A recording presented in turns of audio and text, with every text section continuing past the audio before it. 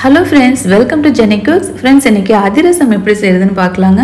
இந்த அதிரசம் நான் ரேஷன் அரிசியில வச்சு நல்லா சூப்பரான முறையில செஞ்சிருக்கேன். கண்டிப்பா நீங்களும் ட்ரை பண்ணி பாருங்க. ரேஷன் அரிசியில அதிரசம் வந்து ரொம்ப அருமையா வரும்.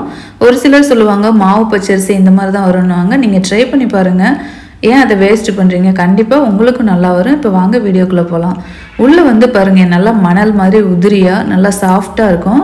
கண்டிப்பா கடைங்கள்ல வாங்கி சாப்பிடுற மாதிரி அதே டேஸ்டோட இந்த அதிரசம் இருக்கும். இப்போ வாங்க எப்படி செய்யறதுன்னு பார்க்கலாம். இந்த அதிரசம் செய்யறதுக்கு ஒரு பாத்திரம் எடுத்துக்கோங்க. அதுல 2 டம்ளர் அளவுக்கு பச்சரிசி நான் சேர்த்துக்கிறேன். இது வந்து ரேஷன்ல வாங்கின பச்சரிசி தான்.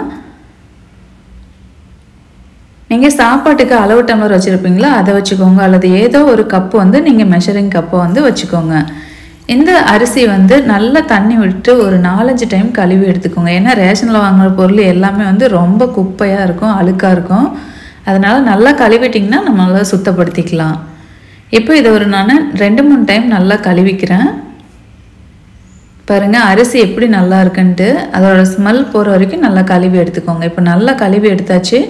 அரிசி நல்லா பளிச்சுன்னு இருக்குது. இப்போ ஒரு கரெக்டாக ஒரு 10 நிமிஷம் மட்டும் இந்த தண்ணியில் ஊற விடுங்க. 10 நிமிஷத்துக்கு அப்புறமா இந்த தண்ணியை வந்து நல்லா வடிகட்டி எடுத்துக்கோங்க. அதிரசம் செய்யறதுக்கு ஒரு சிலர் வந்து அரிசி 2 மணி நேரம், அரை மணி நேரம், 1 மணி நேரம் அப்படி வந்து ஊற வைக்கிறாங்க. அப்படிலாம் அவசியம் இல்லை. பச்சரிசி வந்து சீக்கிரமாக ஊறிடும். இப்போ பாருங்கள் தண்ணி வடிகட்டிட்டு ஒரு 10 நிமிஷம் அப்படியே அந்த சல்லடையிலே வச்சுருங்க. 10 நிமிஷத்துக்கு அப்புறமா அந்த அரிசி எடுத்து இப்படி கையில் எடுத்து பாருங்கள், கையில் கொஞ்சம் கூட ஒட்டாது. இப்போ வந்து நம்ம இதை மிக்சியில் போட்டு அரைச்சி எடுத்துக்கலாம். இதை நம்ம வந்து ஒரு துணி போட்டு உலர வைக்கணும்னு கூட அவசியம் இல்லை.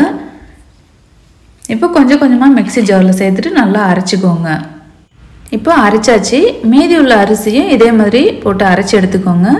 அதிரச மாவு பார்த்திங்கன்னா லைட்டாக குருணையாக இருக்கணும், ரொம்ப நைஸாக நீங்கள் இருக்கக்கூடாது. அதனால் நம்ம எல்லா அரிசியும் அரைச்சதுக்கப்புறமா நம்ம ஒரு டைம் வந்து சலிச்சு எடுத்துக்கலாம்.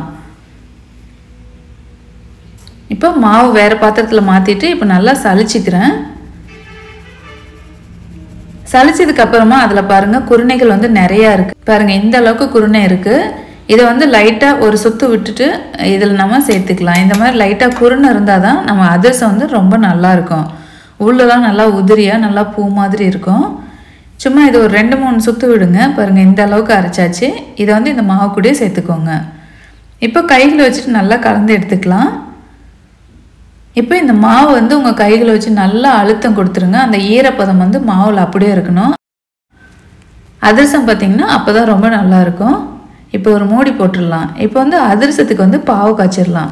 நம்ம எந்த டம்ளரில் அரிசி எடுத்தோமோ அதே டம்ளரில் நல்லா தூள் பண்ண வெல்லம் மேலாக்கில் போடணும், அழுத்தி போடக்கூடாது. 2 டம்ளர் அளவுக்கு நம்ம வெல்லம் எடுத்துருக்குறோம். அதே டம்ளர்லேயே 1/4 டம்ளர் அளவுக்கு தண்ணி சேர்த்துக்கோங்க. இப்போ அடுப்பில் வச்சுட்டு இது நல்லா கரைச்சி விட்டுடலாம். இந்த வெல்லத்தில் மண் எதுவும் இல்லை.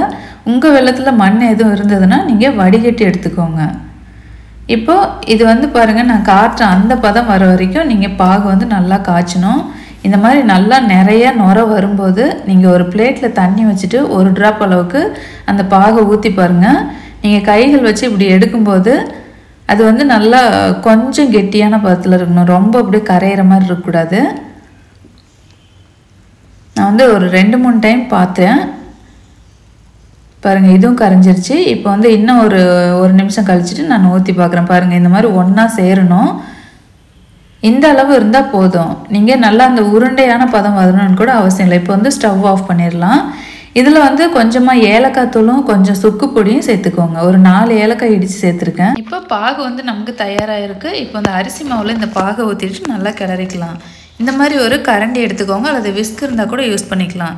பாகு பதம் வந்து பாகு நல்லா நுரக்கட்டி வரணும். அந்த ஸ்டேஜில் வந்து நீங்கள் இந்த மாதிரி தண்ணியில் விட்டு பார்க்கணுன்னு கூட அவசியம் இல்லை. டைரெக்டாக நீங்கள் ஸ்டவ்வை ஆஃப் பண்ணிக்கலாம். நம்ம காய்ச்சி வச்சுருக்கிற பாவு எல்லாத்தையும் அந்த மாவில் சேர்த்துக்கோங்க, கரெக்டான அளவில் இருக்கும். இப்போ இந்த விஸ்க் வச்சுட்டு நல்லா கரைச்சிட்ருக்குறேன். பாருங்கள் மாவு வந்து நல்லா அந்த பாகோடு சேர்த்து கரைச்சாச்சு. இப்போ வேற ஒரு பாத்திரத்தில் மாற்றிக்கோங்க. வேற ஒரு பாத்திரத்தில் மாற்றினதுக்கு அப்புறமா இது ஒரு 2-3 நாள் வச்சுட்டு நம்ம அதுக்கப்புறமா அதிரசம் செய்யலாம். எந்த அளவுக்கு லேட்டாக செய்கிறோமோ அந்த அளவுக்கு ரொம்ப நல்லாயிருக்கும். ஒரு மூடி போட்டு நல்லா டைட்டாக மூடிடுங்க. நான் இப்போ ஒரு 2 நாள் கழிச்சிட்டு செய்கிறேன். பாருங்கள் ஃபஸ்ட்டு நாள் வந்து ரொம்ப லூஸாக இருந்தது, இப்போ கொஞ்சம் நல்லா மாவு டைட்டாக இருக்குது. ஒரு சிலருக்கு இன்னும் கூட நல்லா டைட்டாக இருக்கும். இப்போ இந்த பாத்திரத்தில் செய்யும்போது ரொம்ப சூப்பராக இருக்கும். இப்போ ஒரு பாத்திரத்தில் ஆயில் சூடு பண்ணிக்கோங்க. ஆயில் சூடு பண்ணும்போது ஹை ஃப்ளேமில் வச்சுக்கோங்க. அதுக்கப்புறமா லோ ஃப்ளேமில் வச்சுட்டு அதிரசத்தை இப்படி போட்டு எடுத்துக்கோங்க. கொஞ்சமாக கையில் கொஞ்சம் மாவு எடுத்துகிட்டு நல்லா தட்டி இந்த மாதிரி சேர்த்துக்கோங்க. ஒவ்வொரு டைமும் கையை வந்து தண்ணியில் நனைச்சிக்கோங்க, அப்போ தான் ஒட்டாமல் வரும். நம்ம போட்டு கொஞ்ச நேரத்துலேயே வந்து அதிரசம் மேலே எலும்பி வரும் பாருங்கள். அந்த சமயத்தில் நீங்கள் திருப்பி விடுங்க. ஃபஸ்ட்டு போட்டதெல்லாம் சீக்கிரம் வெந்துடும், அதனால் ஒன்றா ஃபஸ்ட்டு போட்டதெல்லாம் எடுத்துகிட்டே இருங்க. இப்போ திருப்பி திருப்பி விட்டு 2 பக்கமும் வேக வைங்க. லோ ஃப்ளேமில் வச்சுட்டு வேக வச்சிங்கன்னா தான் உள்ளெல்லாம் வந்து நல்லா வேகும். இந்த அதிரசத்து கூட எள்ளு சேர்த்து செய்வாங்க. நான் எள்ளு வந்து சேர்க்கல, நான் ஃபஸ்ட்டு கொஞ்சம் போட்டு எடுத்துகிட்டு அதுக்கப்புறமா எள்ளு சேர்த்து செஞ்சுக்கிறேன்.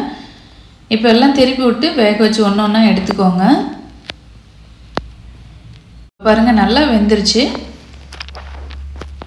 இப்போ மீதி கொஞ்சம் மாவு இருக்குது, அது கூட கொஞ்சம் எள்ளு சேர்த்துட்டு நான் இதை போட்டு எடுத்துக்கிறேன். நல்லா கையை தண்ணியில் நனைச்சிட்டு நல்லா உதறி விட்டு ஒரு சின்ன உருண்டையாக எடுத்துகிட்டு கைகளில் பாருங்கள் இப்படி தட்டி இந்த மாதிரி உளுந்து வடை மாதிரியே போடுங்க, ரொம்ப சூப்பராக வரும். இதே மாதிரியே 2 பக்கமும் வேக வச்சுட்டு லோ ஃப்ளேமில் கண்டிப்பாக வேக வைங்க. ஃப்ரெண்ட்ஸ், அதிரசம் வந்து நல்லா உப்பி நல்லா உதிரியாக பூ போல் வந்திருக்கு. கண்டிப்பாக நீங்களும் ட்ரை பண்ணி பார்த்துட்டு எப்படி இருக்குன்னு கீழே கமெண்ட் பண்ணுங்கள். இந்த வீடியோவுக்கு ஒரு லைக் கொடுங்க, உங்கள் ஃப்ரெண்ட்ஸ் ரிலேட்டிவ் கூட ஷேர் பண்ணுங்கள். நம்ம சேனலை சப்ஸ்கிரைப் பண்ணிவிட்டு பக்கத்தில் இருக்கிற பெல் ஐக்கானே கிளிக் பண்ணுங்கள். தேங்க்யூ.